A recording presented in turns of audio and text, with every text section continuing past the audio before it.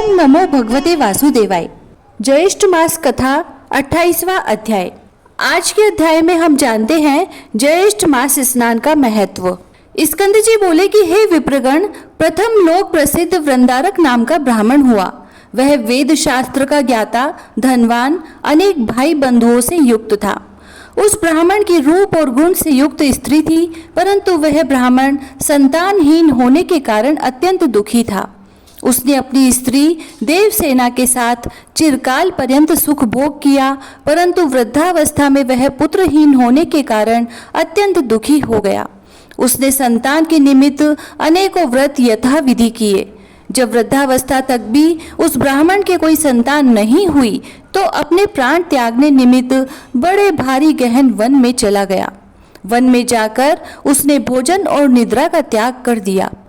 चौथे दिन वह ब्राह्मण विकलता के वश होकर उस वन में मूर्छित होकर गिर पड़ा।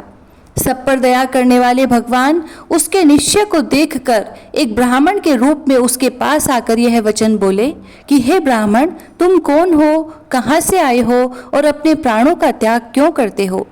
उस ब्राह्मण रूपधारी भगवान के वचन सुनकर वृंदारक ब्राह्मण ने अपना सब वृत्तांत कहा। भगवान कहने लगे कि हे ब्राह्मण, तुम अपने घर जाओ और जो व्रत मैं तुमको बतलाता हूँ उसको करो।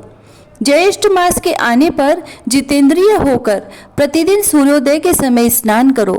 1 मास तक ब्रह्मचारी रहकर हविष्यान भोजन करो।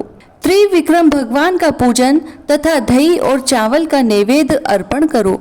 वृक्षों तथा ब्राह्मणों के घर में जल दान करो। हे द्विज, इस उपाय के करने से अवश्य तुमको पुत्र प्राप्त होगा। यह कहकर ब्राह्मण रूपधारी भगवान अंतर्ध्यान हो गए। वृंदारक उन्हें विष्णु रूप मानकर अपने घर उनके कथनानुसार अपनी स्त्री सहित व्रत करने को तत्पर हुआ और प्रतिदिन प्रातःकाल स्नान करने लगा। एक दिन किसी समय देवयोग से शरावती नदी के तट पर उसने एक व्याघ्र को देखा। वृक्षों के झुंड में से वह अत्यंत भूखा व्याघ्र वृंदारक के समीप आया। उस व्याघ्र को आया देखकर वृंदारक ने जल पात्र को उसके ऊपर फेंक दिया और जल बिंदु के स्पर्श मात्र से वह व्याघ्र दिव्य देह हो गया। और वह प्रसन्नात्मा व्याघ्र कहने लगा कि हे ब्राह्मण, आपके दर्शन से मैं धन्य हूँ। हे ब्राह्मण, पहले मैं शिकारी था और मैंने अनेकों हिंसाएं की। उसी दोष से दूसरे जन्म में मैं व्याघ्र हुआ। आज उस दोष से युक्त मैं आपके दर्शन मात्र से मुक्त हो गया। हे भद्र, आप क्या पुण्य करते हैं, वह पुण्य कृपा करके मुझको दीजिए। व्याघ्र के ऐसा कहने पर ब्राह्मण ने ज्येष्ठ मास के कृत पुण्य को उस व्याघ्र को अर्पण कर दिया और वह व्याघ्र ज्येष्ठ मास स्नान कृत पुण्य के प्रभाव से स्वर्ग लोक को गया।